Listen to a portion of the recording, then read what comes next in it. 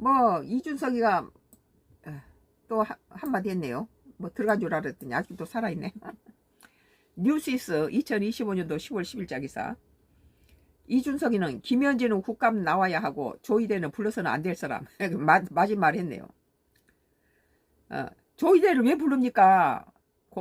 공의로운 재판을 한 사람을 온 국민이 다 12명의 대법원 판사들이 그 이재명 후보 때 그 판결은 굉장히 정확하고 공의롭다.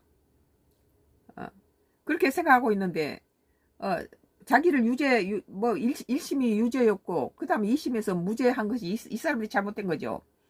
3심에서 대법원이 다시 유죄가 된 건 행위였는데 뭐 민주당 거대 민주당이 행위 자체를 없애버렸잖아요. 마음대로 법을 바꿔버리고 없애버리고 검찰이 믿다고 검찰청을 갖다가 없애버린 놈은 78년 만에 검찰이 없어진 건 처음이에요.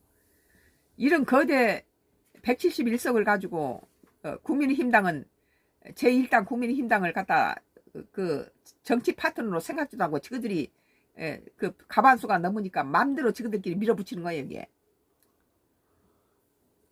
이 대통령 재판 속기하면 조희대 대법원장 매주 볼 수 있어.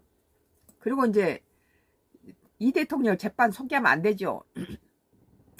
이 대통령 당선되기 전에야 이럴 수 있지만은 이제 당선이 돼서 헌법 84조가 발동했는데 이 나라를 책임지고 있는 대통령한테 이런 식으로 해서 국익에 도움이 절대 안 됩니다.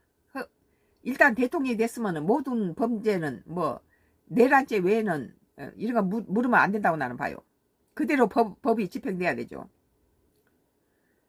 이준석 개혁신당 대표는 10일 국정감사 증인과 관련해 김현진은 당연히 나와야 할 사람이고 조희대는 불러서는 안 될 사람이라고 했다. 이 대표는 이날 페이스북에 글을 올려서 더불어민주당은 지금 국정감사를 껍데기로 만들려는 시도를 하고 있다. 이같이 말했다.